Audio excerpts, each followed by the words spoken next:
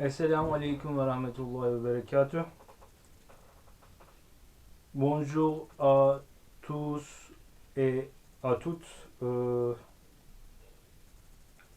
Ça fait beaucoup de temps, on ne fait pas un programme de YouTube, mais c'est une aussi bonne occasion pour faire un programme parce que nous sommes à la fin de l'année, c'est-à-dire euh, le début d'un nouvel an. Euh, Bien sûr, on a toujours des messages, on a toujours un petit ou bien un grand agenda euh, pour beaucoup de personnes. Euh, Qu'est-ce qu'on va faire, par exemple, dans l'année, dans le nouvel an. Euh, il y a toujours des nouveautés, bien sûr. Par exemple, on peut dire le bienvenu au Monsieur Bayrou. Son français est plus clair, plus net que des autres politiciens français et françaises. Euh, Par exemple, on peut dire le bienvenu euh, au nouveau ministre de la France. Et aussi, euh, euh, en Turquie aussi, en Europe aussi, il y a des nouveautés, bien sûr. Euh, de dire bonjour, de dire un salam est toujours est une belle chose, messieurs et mesdames et messieurs. Euh, Yani en fait, je pense euh, de parler pour quelque chose dans mes livres. Mais de temps en temps, je veux aussi donner des messages pour au moins quel est, quel sera notre caractère politique, quel sera notre chemin politique, notre philosophie. On parle l'Europe pluraliste depuis quelques années, dans les années récentes. Au moins, je veux donner quelques messages parce que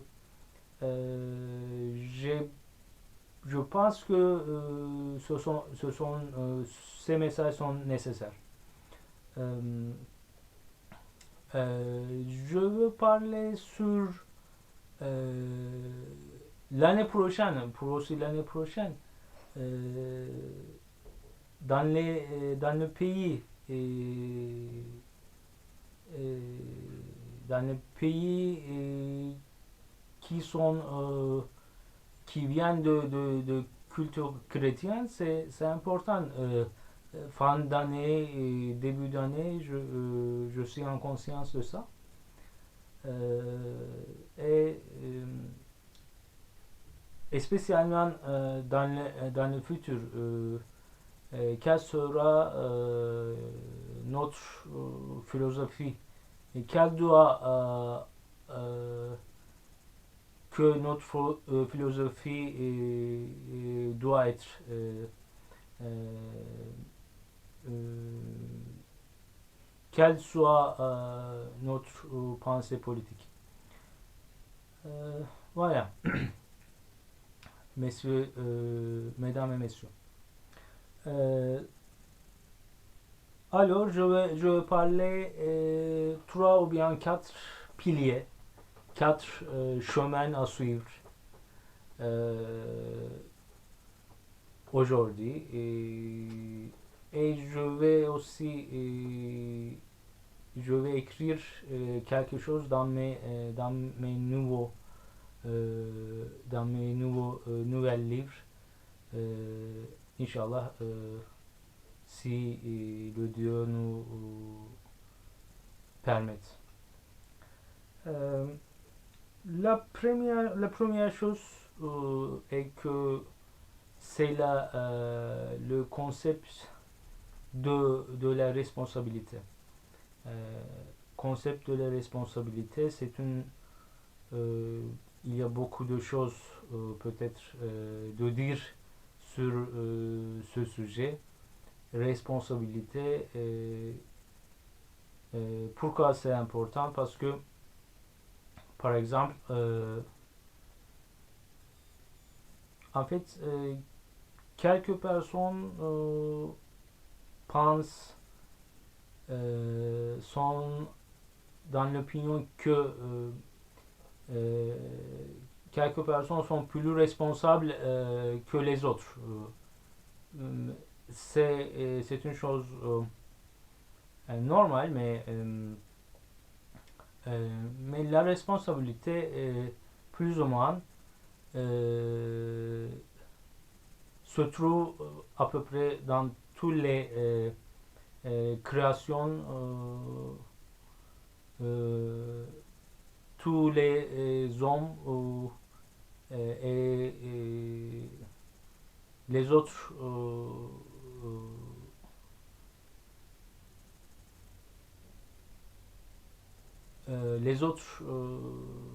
créations de Dieu. Euh,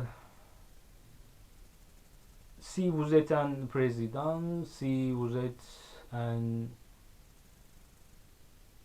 préfecture, si vous êtes un soldat, si vous êtes un enseignant, si vous êtes un homme politique, si vous êtes un docteur, n'importe quel métier vous pouvez faire. La responsabilité est toujours importante. Et spécialement dans une époque, nous vivons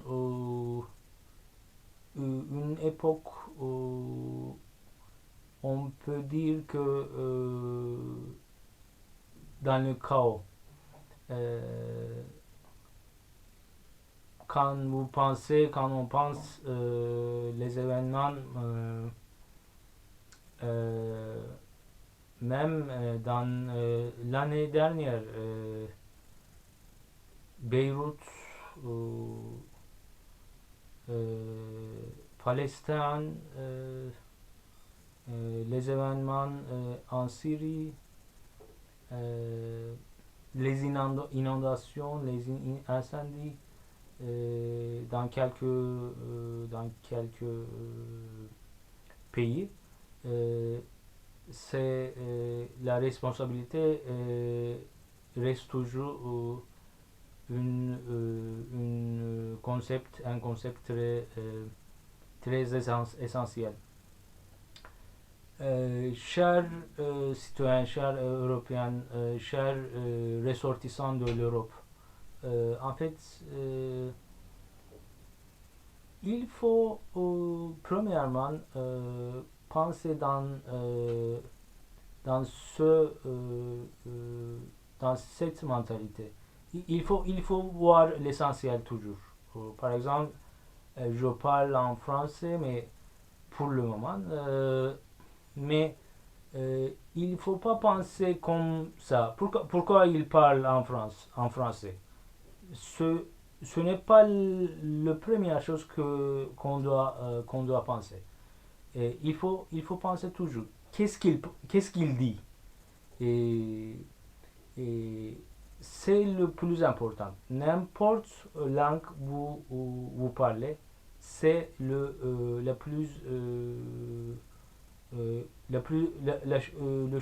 chose plus importante. N'importe quelle vous parlez. Euh, Essentiel est toujours important. Mes chers téléspectateurs de YouTube, on peut dire chers amis, chers citoyens. Il faut voir toujours l'essentiel. Responsabilité, on dit responsabilité. C'est pourquoi je vais donner quelques exemples de les responsabilités.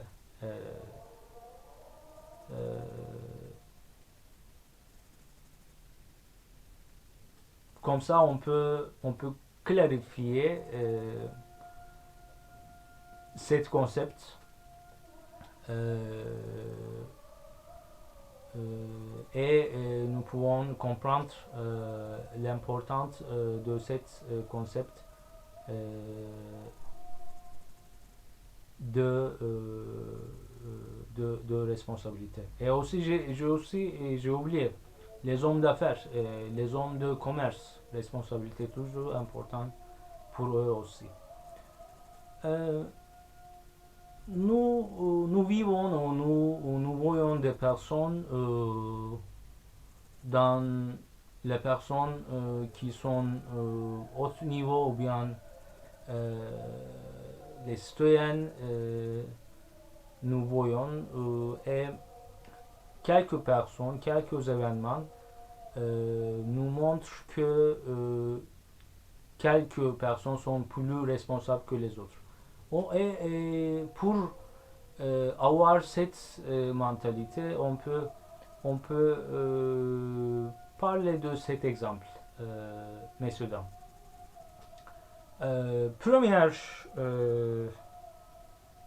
Premier exemple, il y a quelques exemples, mais je vais parler plutôt possible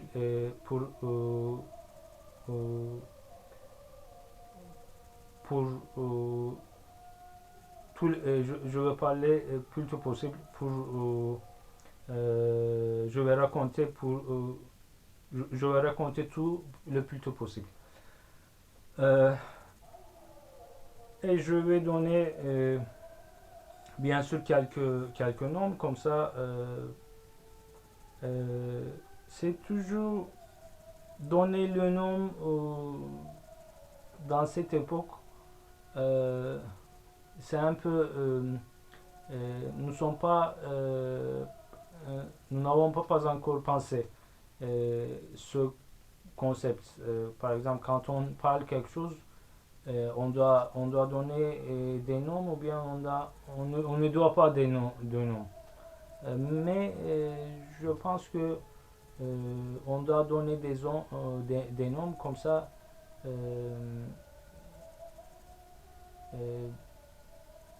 on a besoin un peu de transparence. Transparence aussi. C'est important. Quelques événements. Premier événement, c'est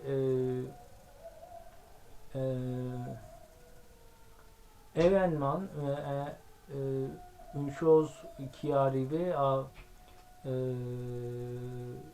Mustafa Kemal. C'est notre premier président de la République de la Turquie. Il achète 2 kilos de pommes dans une ville de la Turquie, et il paye ce prix, il prépare la facture il prépare la facture et il envoie l'argent de ce 2 kilos de pommes à cette ville. J'ai vu ça, je pense dans les archives, et il y en a dans les archives de l'histoire, dans les institutions de l'histoire de la Turquie. C'est vraiment intéressant, n'est-ce pas? Un président, vous êtes à peu près, à cette époque, vous êtes à peu près inquestionnable, mais vous achetez 2 kilos de pommes dans une ville de la Turquie parce que le pomme de cette ville c'est un peu connu. Euh, et il prépare les factures et il envoie avec la facture l'argent de ce kilo de ce 2 kilos de pommes à cette ville. Je pense cet exemple doit être cité, doit être parlé. Euh, Deuxième exemple, un enseignant, euh, euh, il travaille dans une école de la Turquie, dans une école turque, mais cette école turque, il fait ses activités en dehors de la Turquie. Euh, alors, il y a des étudiants qui sont étrangers dans cette école et les enfants de cet enseignant aussi continuent ses éducations dans cette école turque. Euh, euh, je pense euh, cette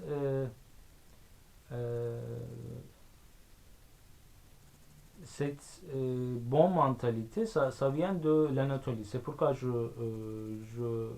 vous raconte. Cette mentalité, ça vient de l'Anatolie, euh, qui est euh,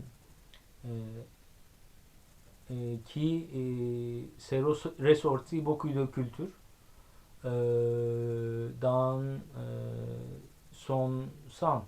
Euh, et c'est une culture riche, c'est une culture pluraliste, on peut dire. Euh, en base, il y a, il y a la culture chrétienne, après il y a la culture musulmane, mais la culture des quelques communautés, et spécialement les Turcs, c'est une culture, c'est une mentalité riche. Et dans la pause, euh, dans la pause,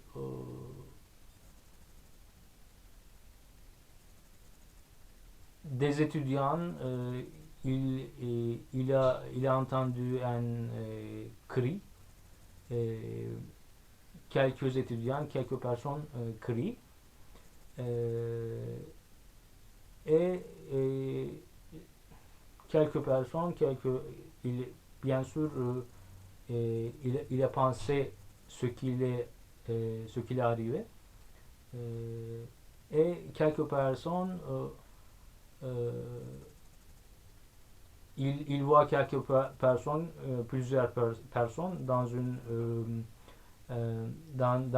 le terrain de l'école. Il se rapproche dans le lieu de cette école, dans le lieu de terrain. Il est aussi enseignant. Euh, Quelques personnes disent que un enfant a tombé de deuxième étage ou troisième étage de l'école dans la terre. Cet enseignant, c'est vraiment rare de voir des personnes comme ça. Cet enseignant, la première chose qu'il pense que, Inch'Allah, il pense, Inch'Allah, j'espère, c'est mon enfant. Ce n'est pas l'enfant de l'autre. Parce que vous pensez, je pense, vous pouvez comprendre, parce que c'est une école en dehors de la Turquie et une école étrangère pour même un enseignant turc. Et cet enfant pouvait être un enfant de d'autres personnes qui est de ce pays originaire. C'est-à-dire cet enseignant est étranger dans ce pays. Et